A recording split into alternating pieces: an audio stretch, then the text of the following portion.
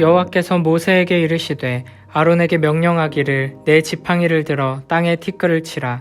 그것이 애굽 온 땅에서 이가 되리라.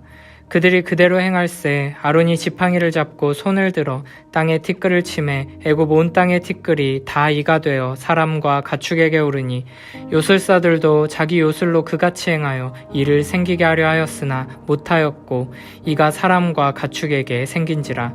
요술사가 바로에게 말하되 이는 하나님의 권능이니이다 하였으나 바로의 마음이 완악하게 되어 그들의 말을 듣지 아니하였으니 여호와의 말씀과 같더라. 여호와께서 모세에게 이르시되 아침에 일찍이 일어나 바로 앞에 서라. 그가 물 있는 곳으로 나오리니 그에게 이르기를 여호와께서 이와 같이 말씀하시기를 내 백성을 보내라. 그러면 그들이 나를 섬길 것이니라.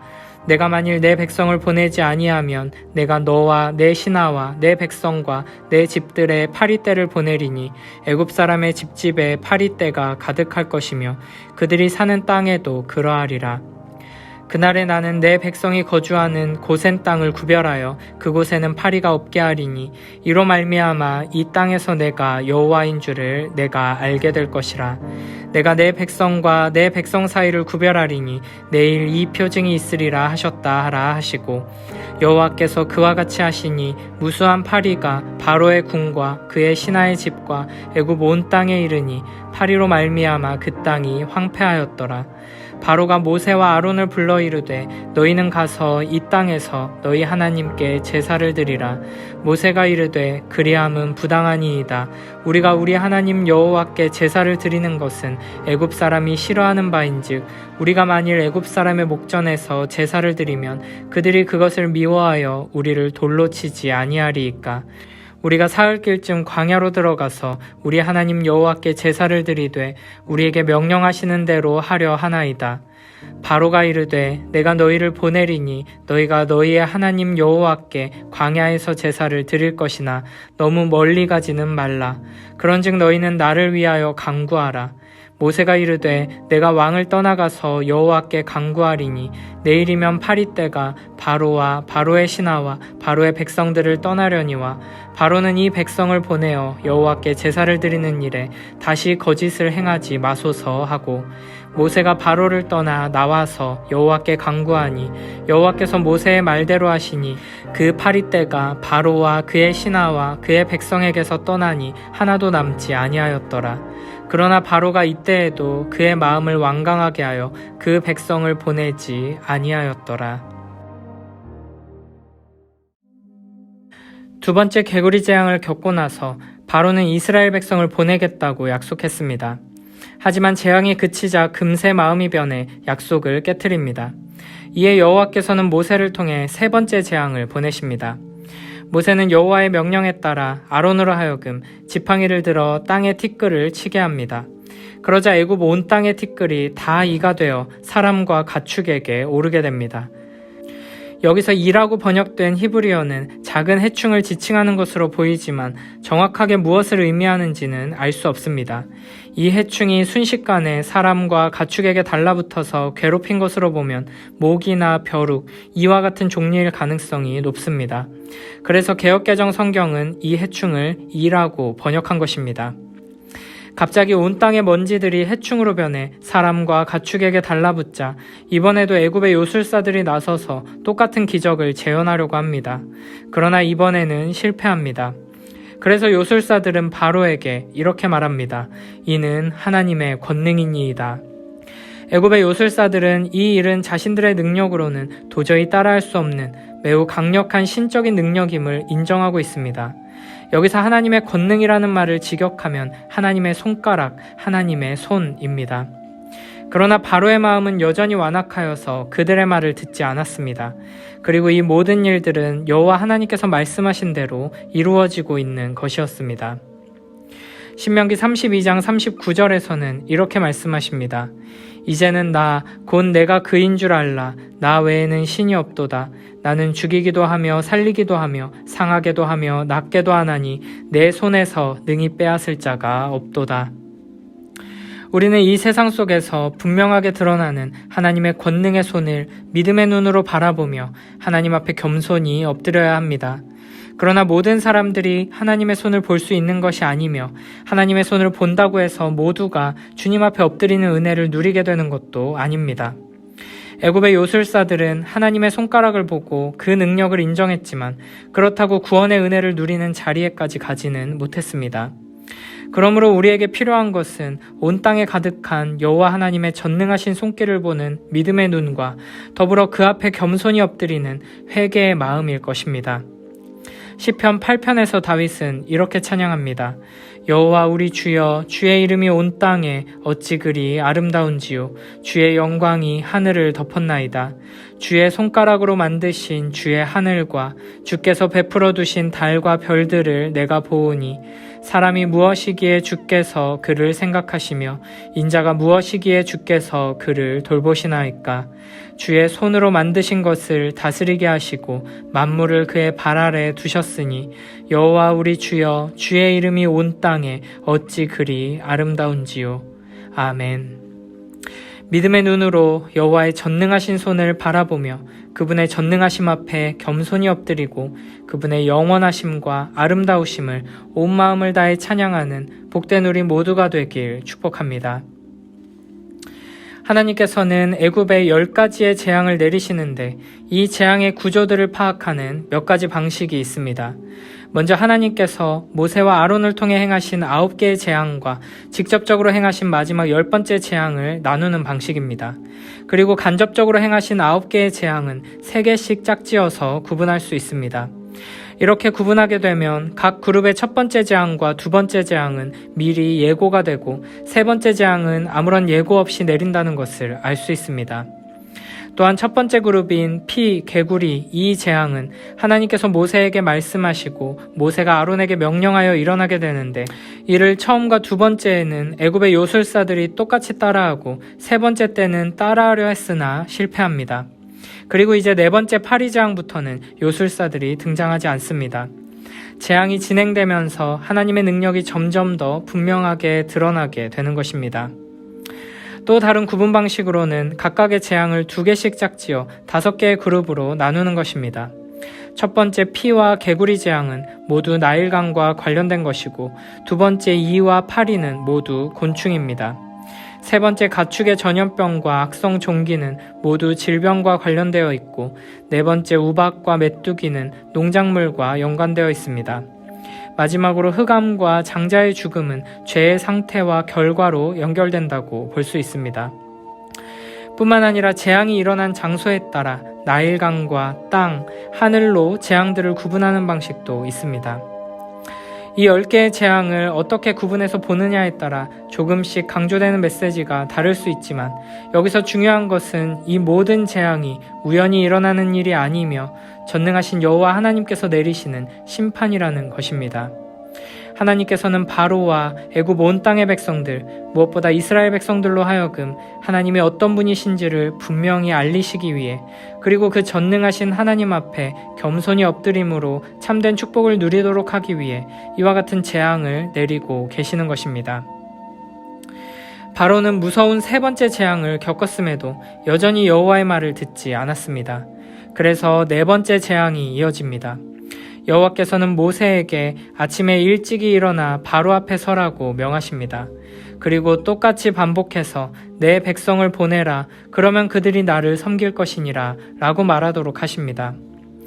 하나님께서 계속해서 애굽에 재앙을 내리시는 이유는 결국 하나님의 백성으로 하여금 하나님을 예배하도록 보내주라는 것입니다. 그러나 바로는 끝까지 예배를 방해하며 막고 있습니다. 이에 여호와께서는 네 번째 재앙을 경고하십니다.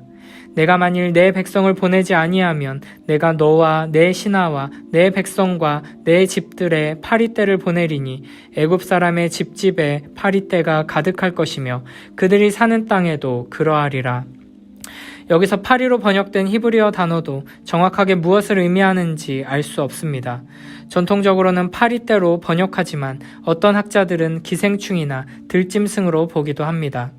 그러나 이 재앙으로 인해 온 땅이 황폐해졌다는 표현을 보면 자연 환경뿐 아니라 사람들의 생활 공간에도 큰 피해를 끼치는 흡혈 파리와 같은 강력한 해충으로 보는 것이 좋습니다.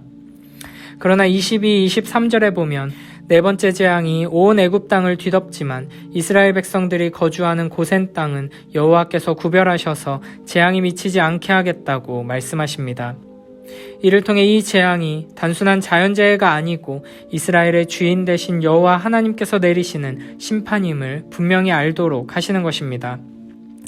생명의 근원, 문명의 기반으로 여겨지던 나일강이 피로 물들고 그곳에서 개구리들이 튀어나와 고통을 더하고 이후 온 땅에 수많은 해충들이 발생하게 되는 애굽의 모습은 인간들의 죄와 사악한 사회 구조로 인해 역겨운 악취가 나는 이 시대의 모습을 잘 보여줍니다.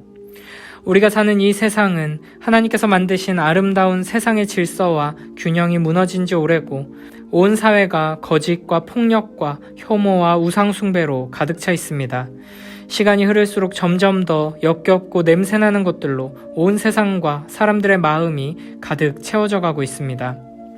이런 상황 속에서 하나님의 재앙을 막을 수 있는 길은 오직 예배뿐입니다. 내 백성을 보내라. 그러면 그들이 나를 섬길 것이니라 라는 말씀에 순종하기만 한다면 이 무서운 심판들은 모두 사라질 것입니다. 그래서 25절에서 바로는 모세와 아론을 불러 너희는 가서 이 땅에서 너희 하나님께 제사를 드리라고 말합니다. 그런데 바로의 말을 자세히 보면 여호와 하나님께 예배드리는 것은 허용하지만 하나님께서 명령하신 장소에서 하나님께서 명령하신 방식으로가 아니라 그냥 이 땅에서 예배드리라고 말합니다. 그래서 26, 27절에서 모세는 이렇게 말합니다. 이집트 사람들은 우리가 주 우리의 하나님께 제사 드리는 것을 부정하게 여기므로 이 땅 안에서는 제사를 드릴 수 없습니다. 우리가 이집트 사람들이 보는 앞에서 그들이 부정하게 여기는 것을 희생제물로 바치면 그들이 어찌 보고만 있겠습니까? 우리를 돌로 치지 않겠습니까? 우리는 하나님이 우리에게 말씀하신 대로 광야로 사흘 길을 나가서 주 우리 하나님께 제사를 드려야 합니다. 애굽 땅에서 애굽 사람들의 방식을 따라 여호와 하나님을 예배하는 것이 아니라 구별된 땅에서 여호와께서 명령하신 방법을 따라 예배를 드리겠다는 것입니다. 여호와 하나님께 예배드리려는 우리에게도 이 세상은 이런 식으로 계속해서 타협을 요구합니다. 유별나게 하지 말고 그냥 이 세상 사람들이 하는 방식을 따라서 그렇게 하나님을 예배하며 살라는 것입니다. 이 세상의 다른 여러 우상들을 섬기는 사람들과 똑같은 방식으로 예배의 대상만 하나님으로 바꿔서 계속 살아가라는 것입니다. 이런 세상의 유혹 앞에서 우리는 단호하게 말할 수 있어야 합니다. 우리가 사흘길쯤 광야로 들어가서 우리 하나님 여호와께 제사를 드리되 우리에게 명령하시는 대로 하려 하나이다. 여기서 말하는 예배는 단순히 종교 예식을 의미하는 것이 아닙니다. 썩어가는 악한 도시의 악취를 뒤로하고 구별된 곳에 나아가 이 모든 것을 주관하시고 다스리시는 하나님을 바라보는 것이 예배입니다. 하나님 앞에 겸손히 엎드려 회개하며 하나님의 구원의 손길과 은혜의 일하심을 간절히 사모하는 것, 이것이 예배입니다. 그리고 이와 같은 믿음으로 이 세상의 악한 흐름을 용감하게 거스르는 거룩한 삶을 살아가는 것, 이것이 바로 하나님께서 우리에게 명령하시는 예배의 모습입니다. 우리 안에서부터 이와 같은 예배가 회복될 때 비로소 이 세상도 회복되게 될 것입니다. 사흘길쯤 광야로 들어가서 우리 하나님 여호와께 예배를 드리겠다는 이스라엘 백성들의 요구가 단순한 종교 행사를 한번 열겠다는 의미였다면 바로는 너무 늦지 않게 다녀오라고 쉽게 보내줄 수도 있었을 것입니다. 그러나 이들이 예배를 드리겠다는 요구는 이제 더 이상 바로와 애굽의 신들을 우리의 신으로, 우리의 왕으로 섬기지 않고 오직 여호와 하나님만을 섬기는 하나님의 백성으로 살겠다는 선언입니다. 이제 더 이상 애굽의 문화를 따라 살지 않고 애굽 사람들과는 구별된 하나님의 백성의 정체성을 가지고 살겠다는 선언입니다. 바로는 이를 알았기에 어떻게든 이들을 예배 자리로 보내지 않기 위해 버틴 것입니다. 이를 통해 우리는 우리의 예배가 과연 참된 예배의 의미와 능력을 갖추고 있는지를 점검해 봐야 할 것입니다.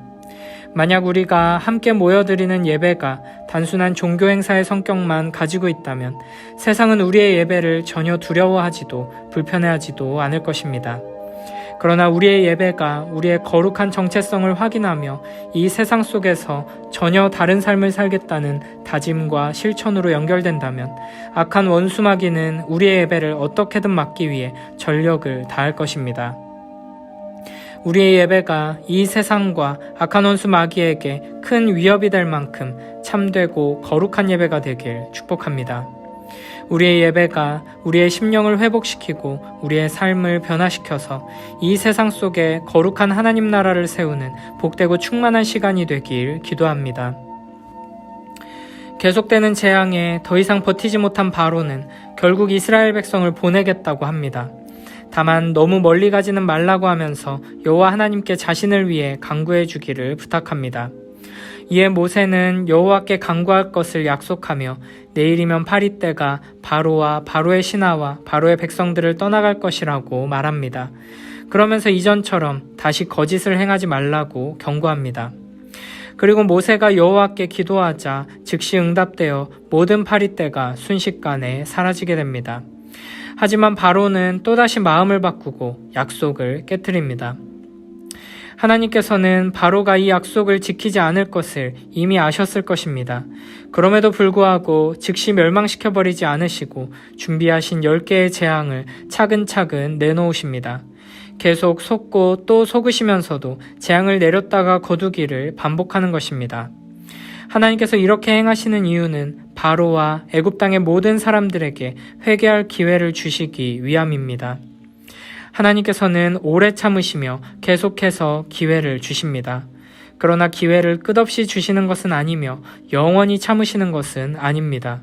그러므로 우리는 하나님께서 회개할 기회를 주셨을 때 회개해야 하고 순종할 기회를 주셨을 때 순종해야 할 것입니다.